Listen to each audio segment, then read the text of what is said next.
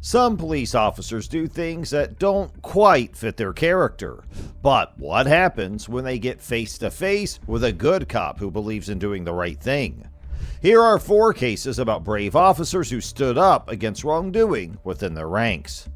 Let's start with this off-duty officer who tried to use his authority to bypass the driving law. Deputy Sheriff Felipe Perez was caught off-duty, speeding at 134 miles per hour on Nevada's highways in a black Dodge Charger with no license plate. Trooper Ken Nickerson, handling the situation, confronted Perez. Henry 6214 106. Henry 6214. 15 marker 9 northbound north of. No plates on a black Dodge Charger. 10-4.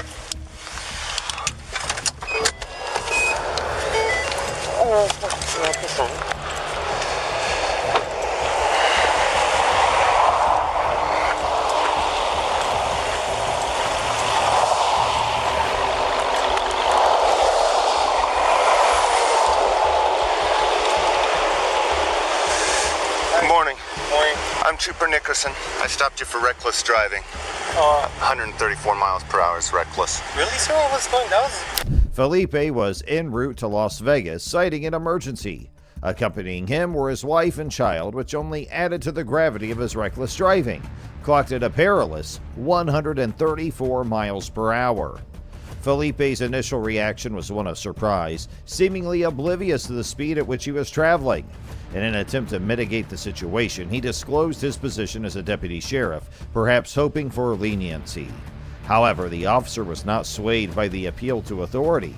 He stood firm, embodying the principle that the law spares no one, regardless of their badge. I'm not looking for an apology. This is gonna ruin my career, sir. Well, come on, man. You made that decision, not me. I'll be right back.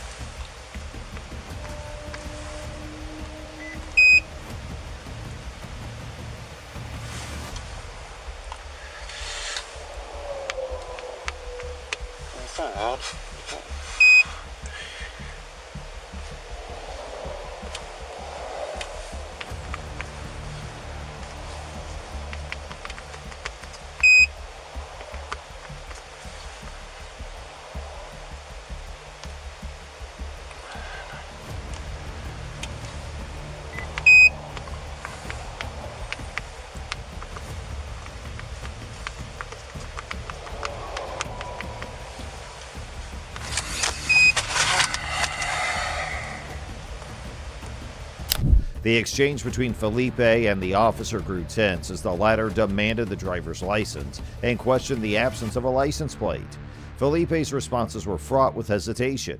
He claimed to have received the plate but could not find it. His pleas for understanding, underscored by the fear of jeopardizing his career, fell on deaf ears. The officer's retort was stern, a clear indication that excuses would not be entertained. The officer's decision to forego the reckless driving charge was a concession, albeit a small one, given the circumstances. Nickerson, faced with the gravity of the situation, chose not to impose the full weight of the law on Felipe. This act of leniency was not a sign of weakness, but a measured response to an individual who had made a grave error in judgment. Okay, here's the break that I'm going to give you. I'm not going to add the reckless enhancements so you don't lose your license. Okay, so this is just for the speed and the license plate. It's out of the Good Springs Justice Court. Telephone number and address is here. This date, April 10th, is a court date. Court's not mandatory. You can take care of it online or through the mail. And there's instructions on the back. And just to be clear, we do give breaks most of the time to law enforcement. But 134, man. You got a child in that back seat. Okay? You know what, sir? I apologize, sir, and thanks for getting me a break. Okay. Please drive safe. All right, thank you. Child in that back seat.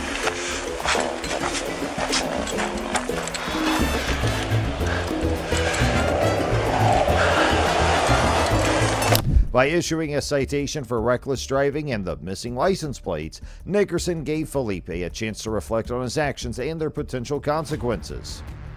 On June 6, 2023, Orlando police officer Alexander Shanui was apprehended for exceeding the speed limit by a significant margin, driving at 80 miles per hour in a zone designated for 45. The dashcam footage revealed Shanui's vehicle speeding down the roadway, devoid of any emergency signals that could justify such haste. The absence of flashing lights or sirens indicated that Shanui's actions were unwarranted. A sheriff's deputy, vigilant and dedicated to upholding the law, observed this and decided to intervene. The deputy pursued Shanui's vehicle, determined to enforce the traffic laws that had been so blatantly disregarded. What ensued was a high-speed chase, with the deputy's vehicle reaching speeds over 100 miles an hour in an effort to stop Shanui. This pursuit raised critical questions about the expectations placed on law enforcement officers and their adherence to the laws they are sworn to enforce. Copy down that bumper.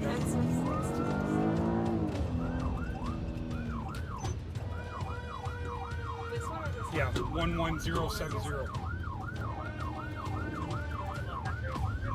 Pull over.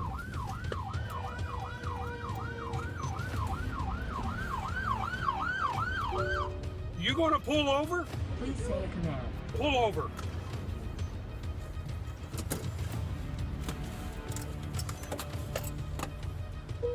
Say a device name like phone or USB. Main menu. Say a command.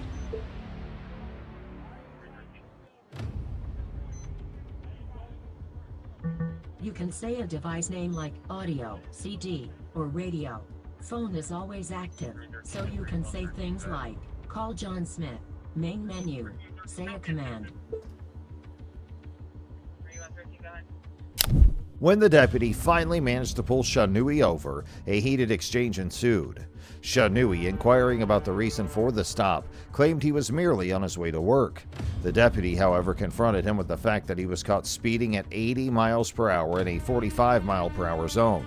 Despite this, Shanui persisted in his argument, refusing to acknowledge his wrongdoing. When requested to present his driver's license, Shanui not only refused but also fled the scene.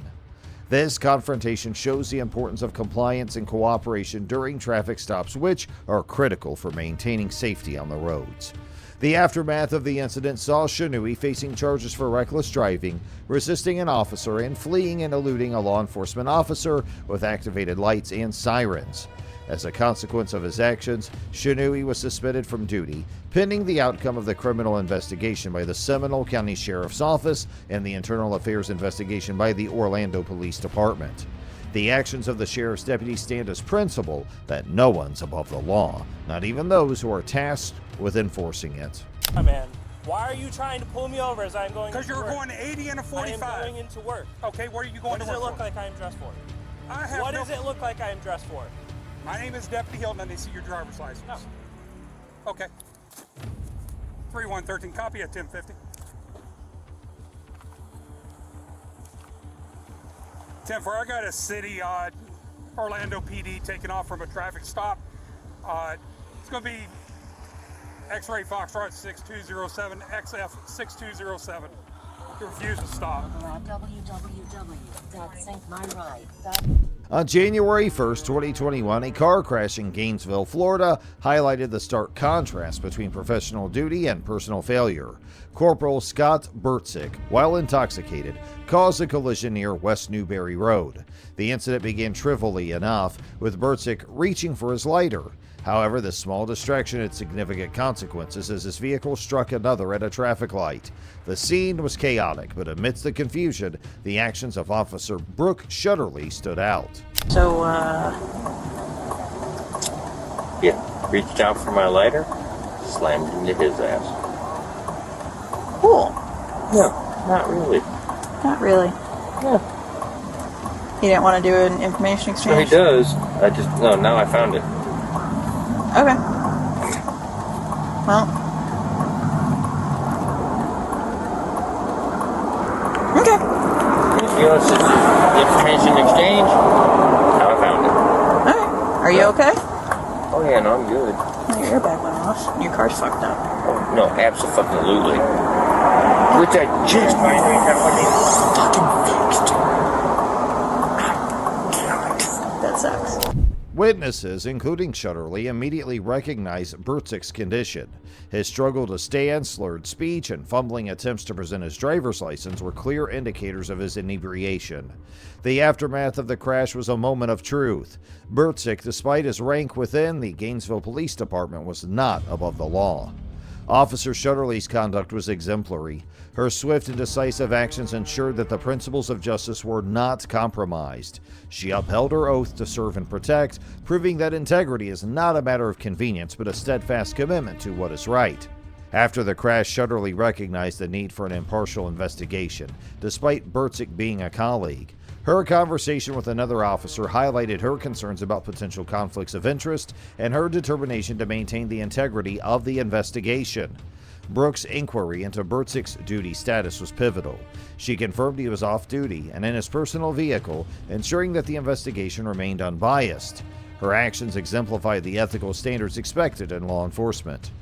With approval to proceed, Brooke was ready to handle the case without any reservations.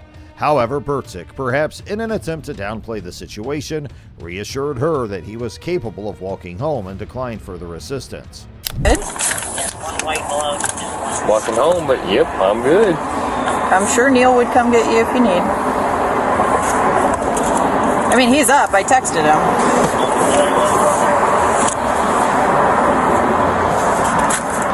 What a fucking day. You don't need EMS? No. Hey man, your airbag deployed. I gotta ask. I know. Alright. One of them days. Yep. Alright. Here's that back. And then I'm not sure where your brother went, but I have his license too. You right now? Oh, okay. I'm gonna just go hand this to him real quick and then we'll be done. Hello. I just here to give you your license back. Thank you, sir. Are you on the phone with the insurance? Yes, ma'am. Okay, so what they're asking for is this number right here. That's the report number. And then they're probably going to ask you all of this information. This is all of his vehicle information, insurance, owner, driver information, and then all of your information as well. Okay. Just so you know, state of Florida has a 14-day window in which to report injury. You don't usually feel it the first night, but if you wake up tomorrow and you're like, oh gosh, it hurts, Yeah. let your insurance company know and they'll set up a doctor's appointment for you, okay? Alright. Yes. All right, do you have any questions for me, sir? I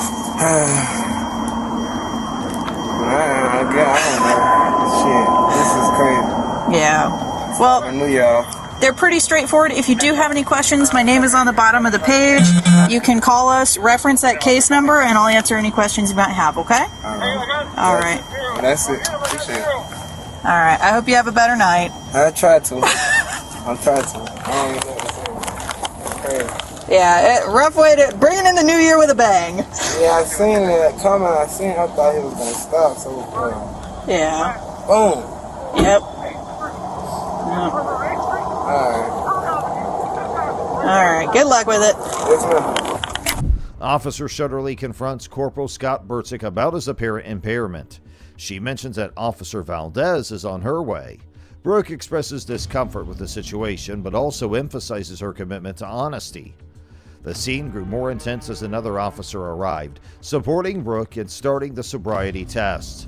Scott's cooperation did little to ease the strain. The test, lasting over 10 minutes, made clear the extent of Scott's impairment. A nearby dog and Scott's lighthearted comments could not distract Brooke from her responsibility. And I'm going to remain on because integrity.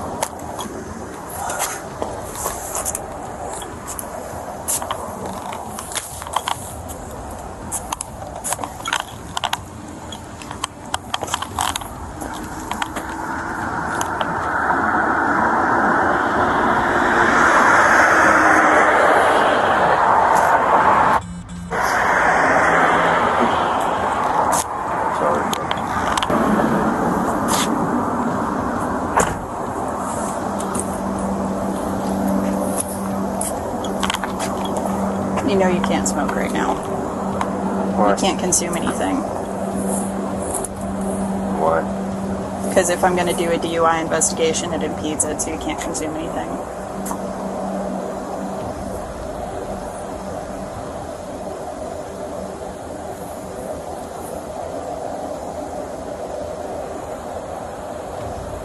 The sobriety test for Corporal Scott Bertzik commenced with routine procedures.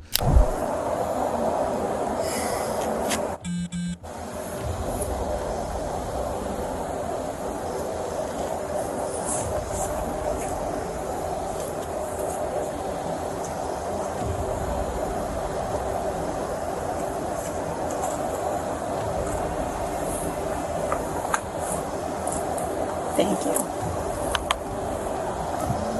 I'm sorry. Don't be.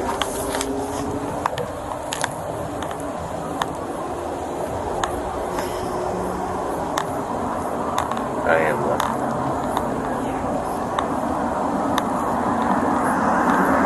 I'm just waiting for Valdez to get here because I'm not going to do this without a supervisor here.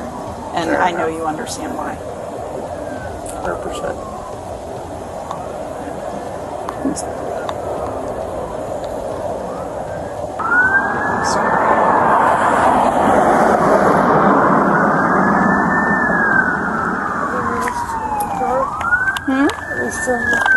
Yeah.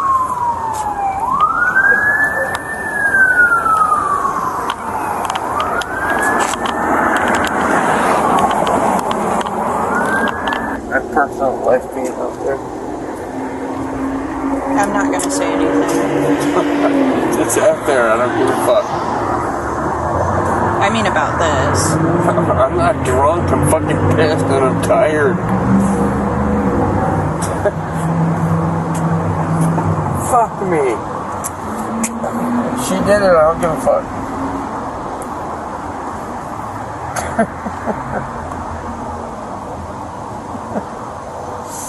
What the fuck, man?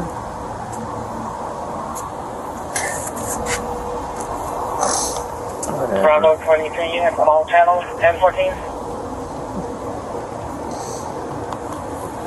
Whatever. Divorce is divorce. Oh, fuck.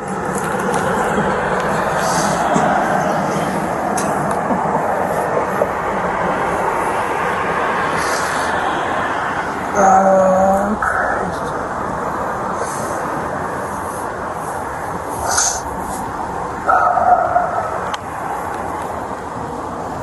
Oh, well. Her choice, government.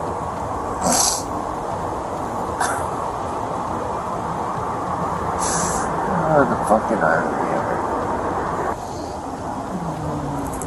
Ain't so fucking grand. Not really. Sometimes it is. I want to get that dog. That is a really cute dog. Fear aggression issues.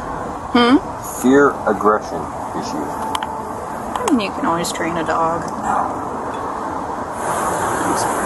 Ain't like grand.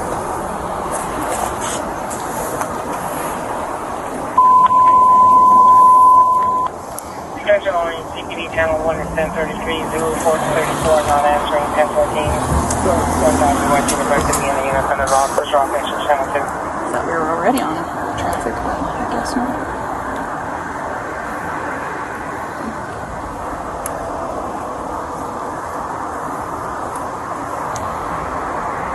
The walk and turn, and the one-leg stand.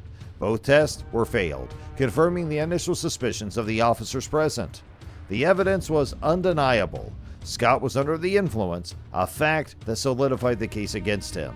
You're going to put your left foot on the line, put your right foot in front of it with your right heel touching your left toe, keeping your hands at your side, like so. Leaning. Just leaning. Okay. I'm trying to find the most flat spot. I'm trying. All right. But I mean, it's leaning. But Here, I'm trying. let's do it this way. I'm good. Go ahead and stand here. As the testing concluded, the reality of the situation set in. Despite Scott's cooperative demeanor, he was handcuffed, a clear sign of the gravity of his actions. Officer Brooke, present throughout, suggested steps to rectify the situation, showing a readiness to assist despite the circumstances. 1002, 1003, and so forth. Do you understand the instructions? Damn, I do. You may begin the exercise. 1001, 1002, 1003, 1004, 1005, 1006, 1007, 2008, 2009, 2010, 2011, 2012, 2013, 2014. You can stop. Fucking perfect.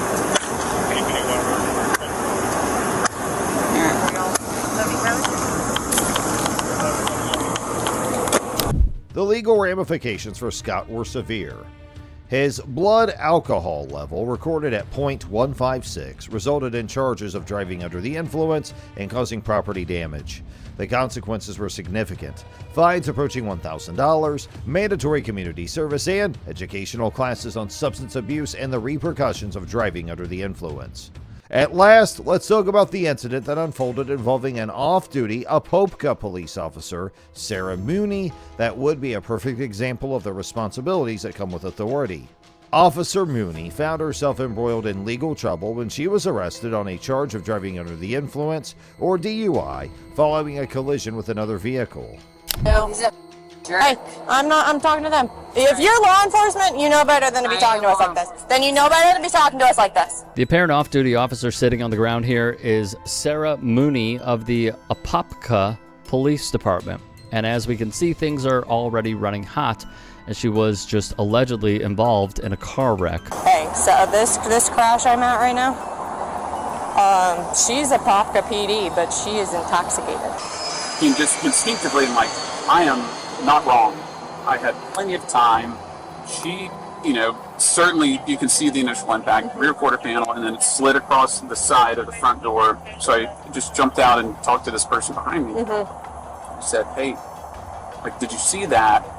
The significance of the event cannot be overstated, as it underscores the imperative for responsible behavior, particularly for those in positions of power such as law enforcement officers.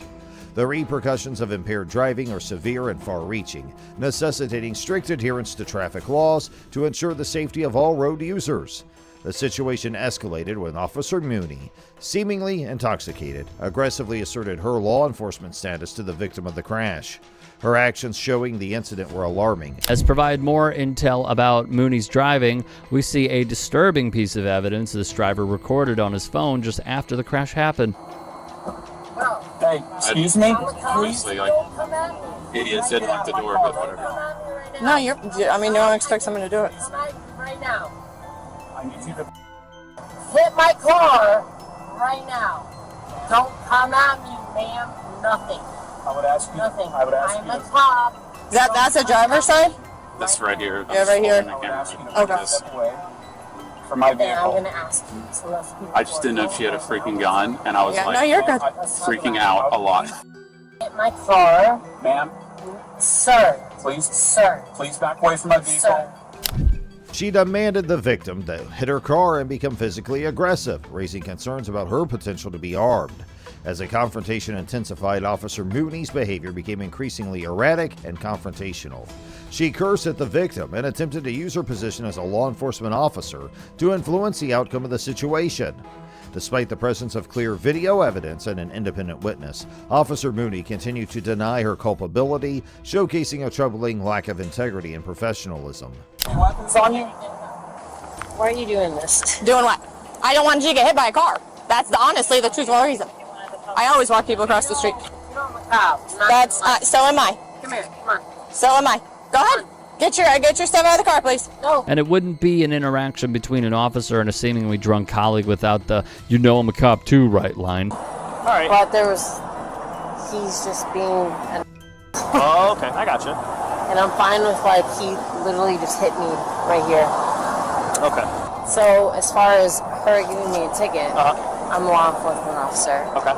So The investigation into the incident revealed further damning evidence against Officer Mooney.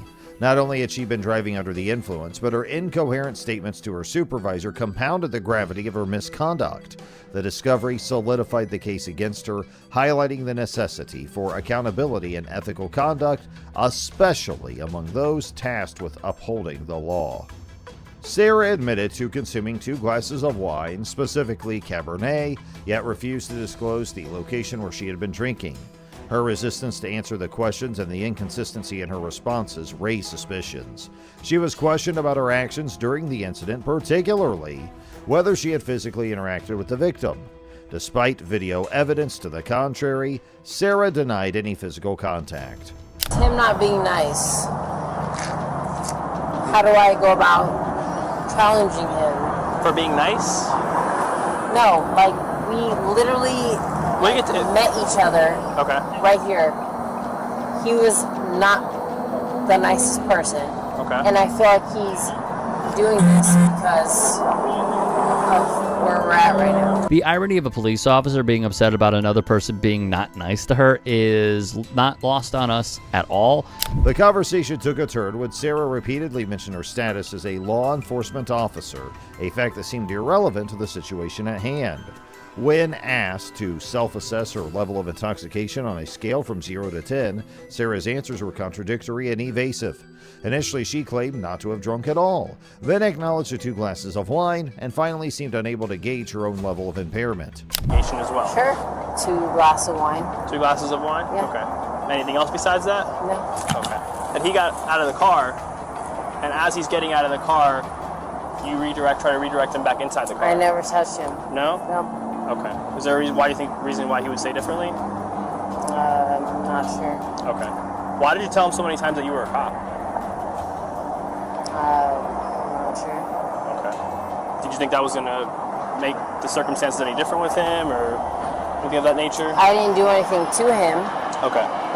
At all. I'm just wondering because listen. I didn't do anything to him. Generally, most cops that I know shout that we're cops to people.